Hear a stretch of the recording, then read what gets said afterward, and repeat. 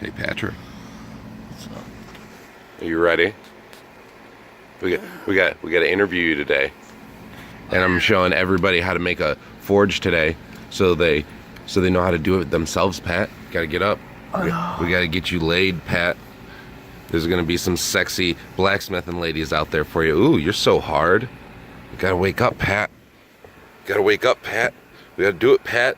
Come on, Pat. I'm gonna show everyone how to make a forge today, and then you're gonna show people how to dance because all those sexy ladies out there want to see your sexy dancing skills, Pat. Come on, Pat. Wake up, Pat. Pat, wake up. We gotta do it, Pat. We gotta do it. We gotta do it, and then we can play some Tekken, Pat. Come on, Pat. Wake up, Patrick. Wake up, Patrick. Patrick, wake up. It's noon. It's noon. I know. It's way past 10. I was up earlier. It's, I just. Oh. I didn't sound me at night lately. Have you? What's up and welcome to the Half Blacksmith Show. Today I'm going to be showing you how to make a forge, as I was saying before, and I'm super excited because we get to interview Patrick. And right now I'm sitting here editing all this stuff together, and oh my god, it's just ridiculous. First thing we're going to start off with making this forge is we're going to start off with a grill, but we want to get these pipes. Now the pipes you can get at any hardware store. It's not super hard to find them, and you want to figure out how you want it to set up. I mean, you're going to do your pipes differently. I'm just kind of showing you how to put it together initially. There's a couple of main points that you do want to keep in the design of your pipes. Otherwise, you can make this however you want. I'm actually making this for my mom's boyfriend for a Christmas present. So one of the first things you really want to make sure you have is a valve on it. You don't want or don't need to have your air constantly on full blast. If you're using like a leaf blower or anything that's automatic, you don't need your air on full blast. So throw a valve on it. It prevents it from just shooting all the way up. You're gonna burn through your coal super quick, and it's just not necessary. The other thing you're gonna need is a drain pipe. You're just gonna need a pipe that has an open end. I mean, yeah, the air is gonna come out of it a little bit. You can just plug it up with some duct tape or something, but you want another pipe that goes straight down. That's why I'm using that two-way splitter right there, so you can actually drain out ash that gets caught in your pipes. Otherwise, you're gonna get it clogged up quite a lot. I gotta actually fix my personal forge because I get it clogged up a ton. And look, you got your pipes set up already.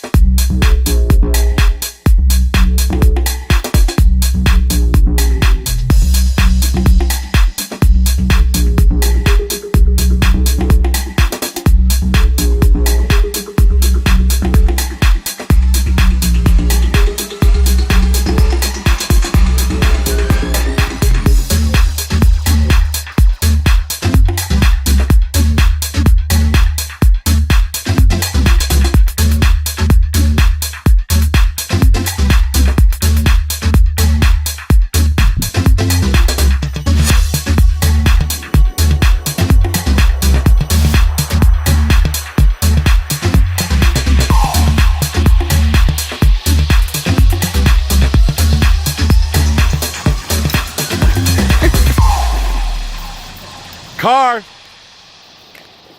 The next thing that we're going to be building is the actual forge itself. Well, the pit and the shelf of the forge, right? You want to make sure that the bottom part of the pit where the coal's actually going to be sitting and burning is square. So however you have to work it out to make it square, it'll be a little funny depending on what type of container you're using, whether it's an oval shape, heck, even if it's a different type of grill shape. You know, you'll have a little bit of a different troubles with it, but you figure it out, you'll get it there. Once you have a square flat piece, you can then start setting up little bricks on the side to catch the fire brick that we're actually going to be using to make the pit wall. Now, I know what you're thinking. Why are we using special bricks for the walls and not the bottoms? Well, the bottom of the forge actually doesn't get as hot as you'd think it would be, right? It doesn't get hot enough to really melt bricks. The walls get hot enough to melt bricks. Trust me, I've had tons of bricks get melted on me. And it's not fun, and then you got to clean it up out of your forge, and it takes forever. But just make sure to set it up kind of like mine. You can use regular old common brick for the bottom, so you're not wasting as much money as you would making the whole thing out of fire brick, which would be super expensive. As well as you want to make sure that the bottom's flat so that the heat goes straight up and it doesn't bounce off a curved side going all which directions, all right? That's one of the biggest problems with making a round forge. You really can't focus the heat in the right spot with a rounded forge. A squared bottom forge, you can. So just try it like that. All right, Pat, you ready? You ready for this? All right. Give me 3 words to describe yourself.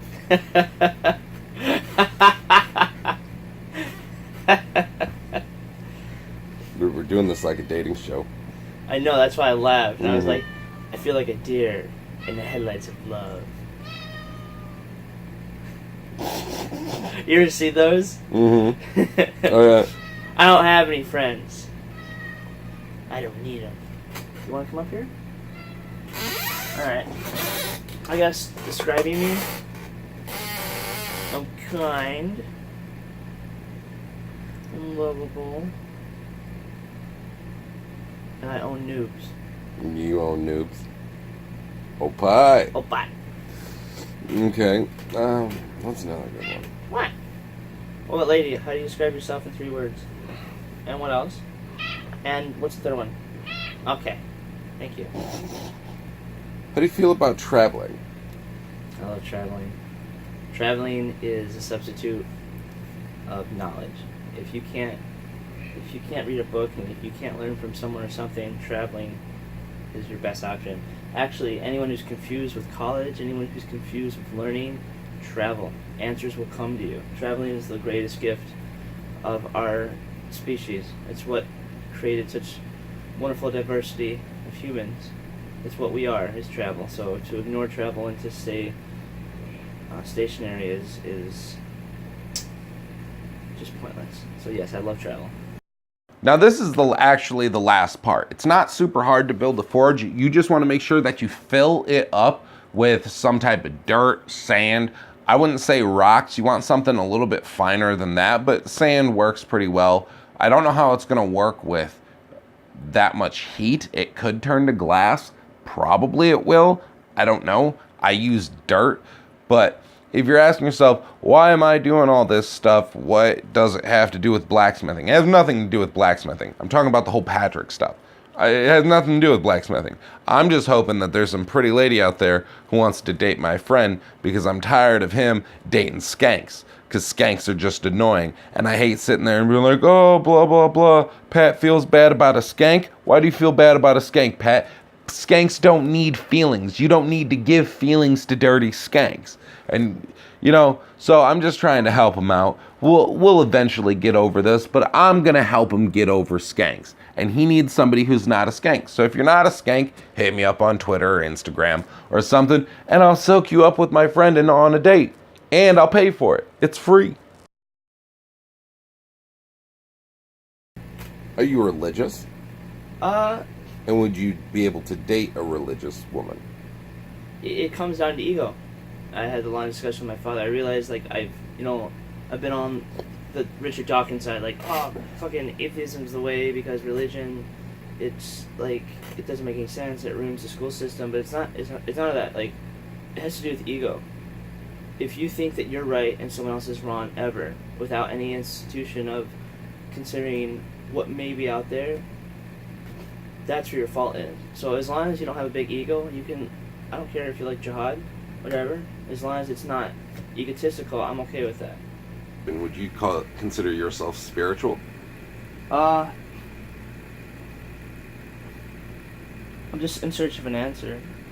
I've been studying a lot about Eastern philosophy. I've learned a lot about Western ideals, and Middle Eastern ideals and just religion in general, and I've come to realize that the mind is no different than the heart. It's just an organ that happens to function, but to solely depend on one part of the body, you're isolating your abilities. Like, for me, spirituality is becoming one with yourself and understanding yourself and your place in the universe.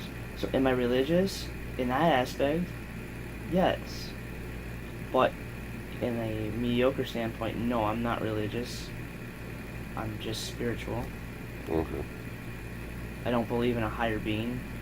But then again, I don't not believe in a higher being. I am who I am, and whatever information flows my way, I'll absorb it, and I'm one with that. Woman, if you could have the ideal woman, what would be some of the characteristics the ideal woman for you would have?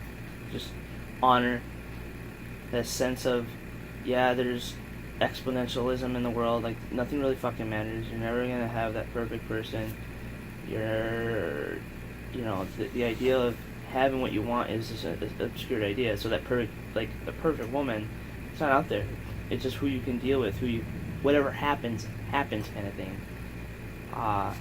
But for me, what I really appreciate is like the whole, you know what, I said I'm gonna do something, so I'm gonna do it mentality. I guess that's what it comes down to. Honesty and honor, respect, dignity, like that self-respect, but in another person is really So like the fundamental of what I want, or what I need, or what you need. What I would appreciate, what would be. But I'm not at that level yet, so how can I go and say I want that from someone else? So. Well, this is asking you what an ideal woman would be for you, like the characteristics. So honor and what? What'd you say? Just loyalty. Honor and loyalty? Yeah. So like she could do heroin, but as long as she had honor and loyalty, you're fine.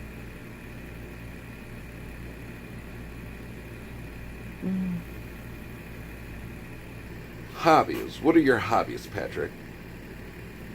My hobby is always changing. So, right now, I guess yoga and exercise. I got into that. That's new. I love it. I'm studying Korean and the Asian languages because that's where I want to travel, and it's a good thing to understand these languages before you go to a new country, so you can absorb more information and have a sense of like pride in your life and what you do. So